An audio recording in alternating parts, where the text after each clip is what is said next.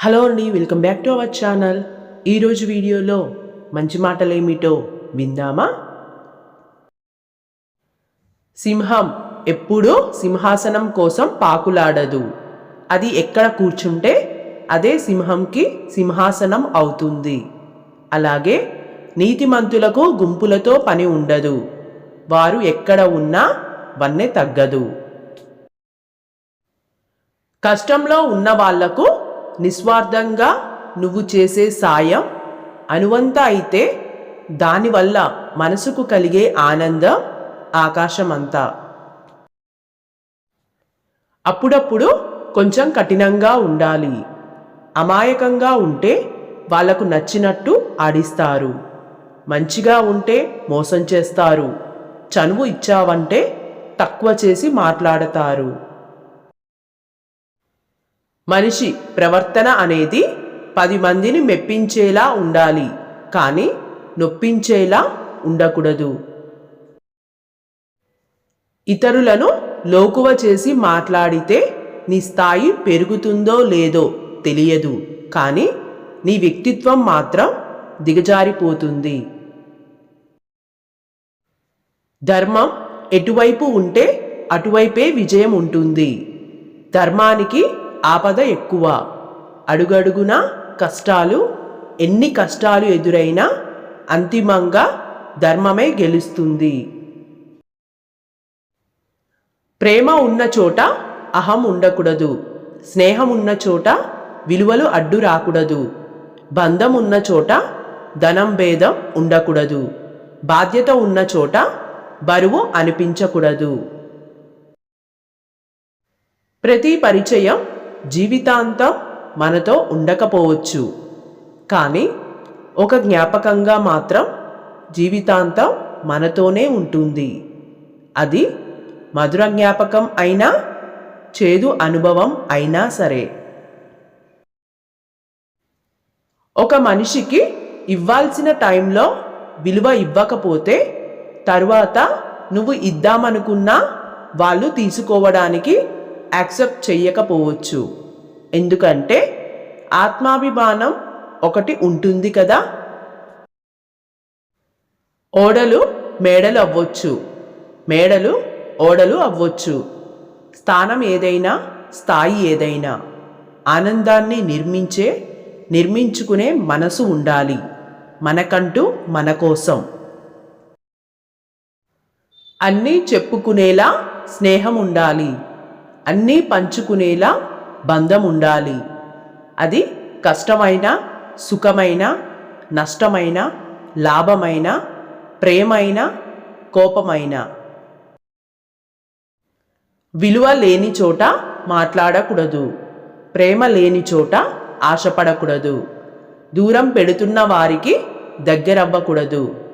నిర్లక్ష్యం చేసే వారి కోసం ఎదురు చూడకూడదు.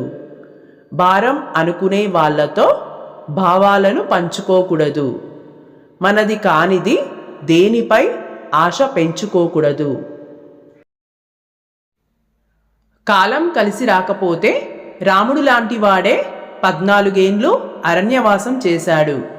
ధర్మరాజు లాంటి వాడే 13 ఏండ్లు వనవాసం చేశాడు. అలాంటి వాళ్ళే సమయం కోసం ఓపిగ్గా ఎదురు చూసినప్పుడు ఇక మనమెంత? జ్ఞాపకాలు కొన్నిసార్లు చెప్పలేనంత ఆనందాన్ని ఇస్తాయి. ఇంకొన్నిసార్లు ఎవరికి చెప్పుకోలేని బాధను ఇస్తాయి. కాలానికి గొప్ప శక్తి ఉంది. ఎవరు ఎలాంటి ముసుగు వేసుకున్నా సరే ఏదో ఒకరోజు వాళ్ళ ముసుగు తీసేసి వాళ్ళ నిజ స్వరూపం బయట పెడుతుంది. మనల్ని గౌరవించే వారిని వెతుక్కుంటూ అయినా వెళ్ళొచ్చు, కానీ మనల్ని పట్టించుకోని వారి వైపు వెనక్కి తిరిగి కూడా చూడకూడదు. విలువైన కాలాన్ని, శక్తివంతమైన నోటి మాటలను తెలివిగా ఉపయోగించాలి. లేకుంటే వృధా చేసిన కాలం, నోరు జారిన మాట ఎప్పటికీ ప్రమాదమే. తెగిపోయిన దారానికి ఎన్ని ముడులు వేసినా అది ముడిలాగే ఉంటుంది తప్ప మునపటిలా అనిపించదు. అందుకే తెంచుకునే ముందు ఆలోచించాలి. అది దారమైన బంధమైన. ఓపిక పట్టినంత కాలం మనం మంచివాళ్ళం. ఎప్పుడైతే మన ఓపిక నశించి ఎదురు మాట్లాడతామో అప్పుడు మనల్ని ఒక శత్రువులా చూస్తారు. ఎవరో కాదు, మనవాళ్లే.